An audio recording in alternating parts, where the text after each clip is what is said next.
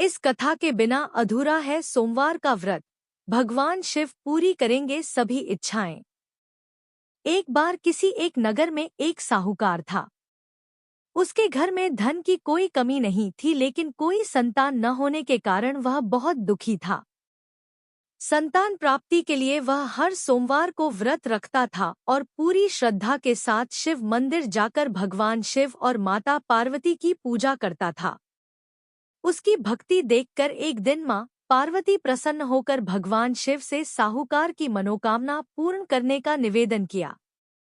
पार्वती जी के आग्रह पर भगवान शिव ने कहा कि हे पार्वती, इस संसार में हर प्राणी को उसके कर्मों का फल मिलता है और जिसके भाग्य में जो हो उसे भोगना ही पड़ता है। लेकिन पार्वती जी ने साहूकार की भक्ति देखकर उसकी मनोकामना पूर्ण करने की इच्छा व्यक्त की।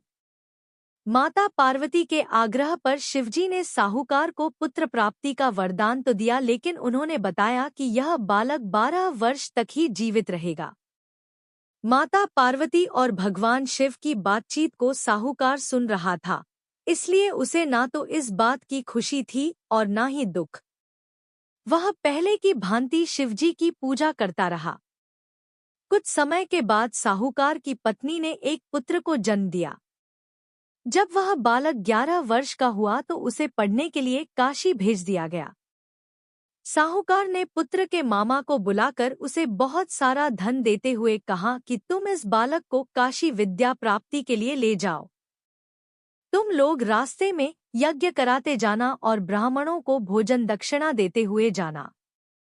दोनों मामा भांजे इसी तरह यज्ञ कराते और ब्राह्मणों को दान दक्षिणा देते काशी नगरी निकल पड़े। इस दौरान रात में एक नगर पड़ा जहां नगर के राजा की कन्या का विवाह था, लेकिन जिस राजकुमार से उसका विवाह होने वाला था वह एक आंख से काना था।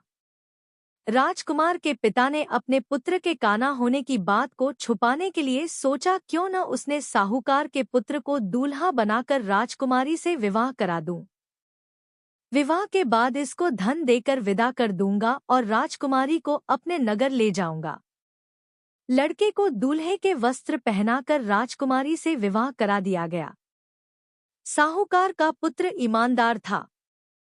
उसे यह बात सही नहीं लगी, इसलिए उसने अवसर पाकर राजकुमारी के दुपट्टे पर लिखा कि तुम्हारा विवाह तो मेरे साथ हुआ है, लेकिन जिस राजकुमार के संग तुम्हें भेजा जाएगा वह एक आंख से काना है। मैं तो काशी पढ़ने जा रहा हूँ। जब राजकुमारी ने चुन्नी पर लिखी बातें पढ़ी तो उसने अपने माता पिता को यह बात बताई। राजा ने अपनी पुत्री को विदा नहीं किया, फिर बारात वापस चली गई। दूसरी ओर साहूकार का लड़का और उसका मामा काशी पहुंचे और वहां जाकर उन्होंने यज्ञ किया। जिस दिन लड़का 12 साल का हुआ उस दिन भी यज्ञ का आयोजन था। लड़के ने अपने मामा से कहा कि मेरी तबीयत कुछ ठीक नहीं है। मामा ने कहा कि तुम अंदर जाकर आराम कर लो। शिवजी के वरदानुसार कुछ ही देर में उस बालक के प्राण निकल गए।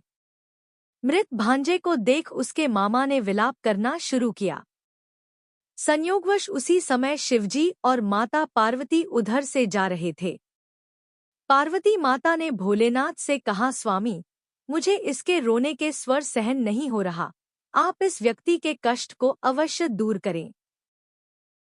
जब शिवजी मृत बालक के समीप गए तो वह बोले कि यह उसी साहूकार का पुत्र है जिसे मैंने 12 वर्ष की आयु का वरदान दिया था। अब इसकी आयु पूरी हो चुकी है। लेकिन मातृभाव से विभोर माता पार्वती ने कहा कि हे महादेव, आप इस बालक को और आयु देने की कृपा करें, अन्यथा इसके वियोग में इसके माता पिता भी तड़पत्र कर मर जाएंगे। माता पार्वती के पुण्य आग्रह पर भगवान शिव ने उस लड़के को जीवित होने का वरदान दिया।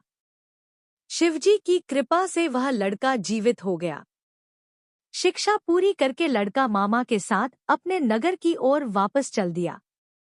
दोनों चलते हुए उसी नगर में पहुंचे जहां उसका विवाह हुआ था। उस नगर में भी उन्होंने यज्ञ का आयोजन किया। उस लड़के के ससुर ने उसे पहचान लिया और महल में ले जाकर उसकी खातिरदारी की और अपनी पुत्री को विदा किया। इधर साहूकार और उसकी पत्नी भूखे प्यासे रहकर बेटे की प्रतीक्षा कर रहे थे। उन्होंने प्रण कर रखा था कि यदि उन्हें अपने बेटे की मृत्यु का समाचार मिला तो वह भी प्राण त्याग देंगे, परंतु अपने बेटे के जीवित होने का समाचार पाकर वह बेहद प्रसन्न हुए। उसी रात भगवान शिव ने साहूकार के स्वप्न में आकर कहा, है श्रेष्ठी, मैंने तेरे सोमवार के व्रत करने और व्रत कथा सुनने से प्रसन्न होकर तेरे पुत्र को लंबी आयु प्रदान की है। इसी प्रकार जो कोई सोमवार व्रत करता है या कथा सुनता और पढ़ता है उसके सभी दुख दूर होते हैं और सभी मनोकामनाएं पूर्ण होती हैं।